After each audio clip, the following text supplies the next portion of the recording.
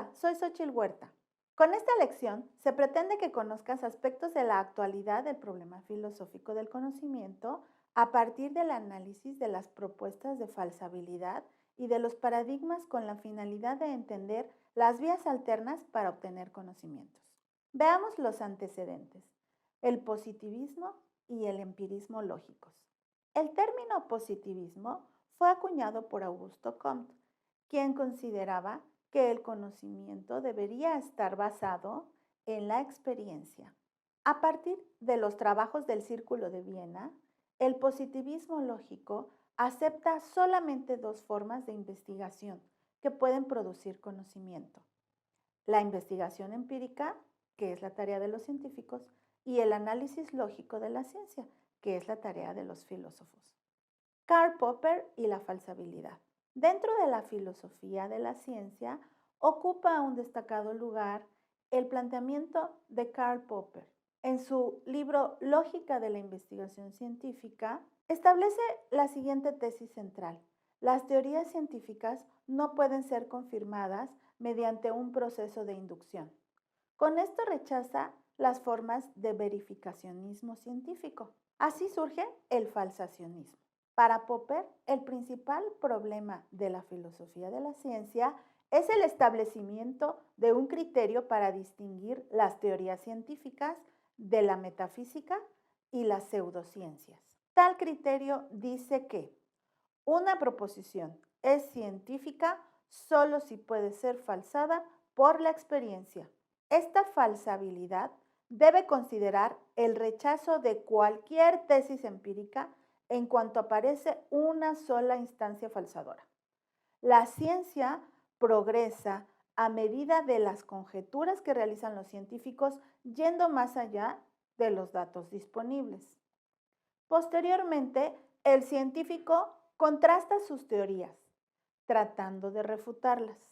La falsación, entonces, consiste en someter a la teoría a un test o contrastación, cuyo resultado, siendo posible que la refute, no lo logra. Entonces, la teoría es corroborada. Tal proceso arroja grados de corroboración positivos o negativos según sea el caso.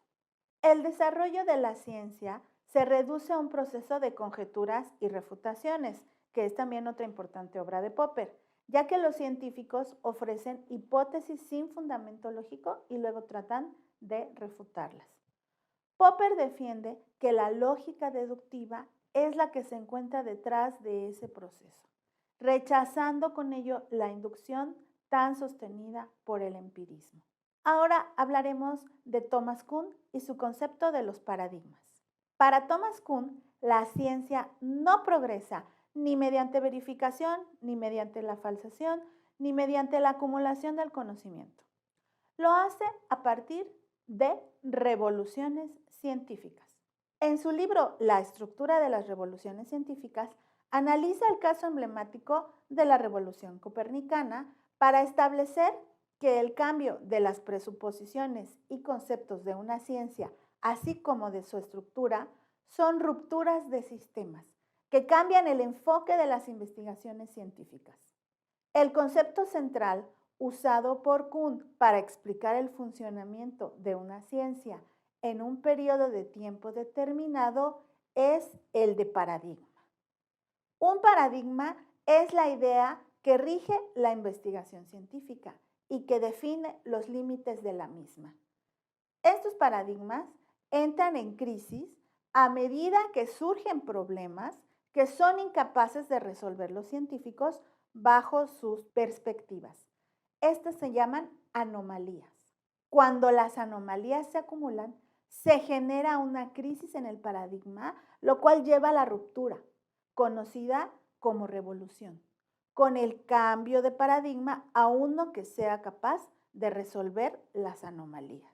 Surgen entonces facciones de apoyo al viejo paradigma y los promotores del nuevo, que eventualmente será el que se establezca como paradigma dominante.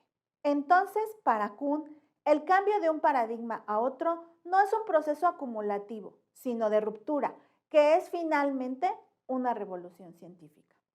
Una revolución científica conlleva siempre una crisis en los fundamentos de una ciencia, que se resuelve con un salto cualitativo, sin tomar en cuenta la acumulación de resultados. En otras palabras, el cambio de paradigma es ver las cosas con una nueva perspectiva.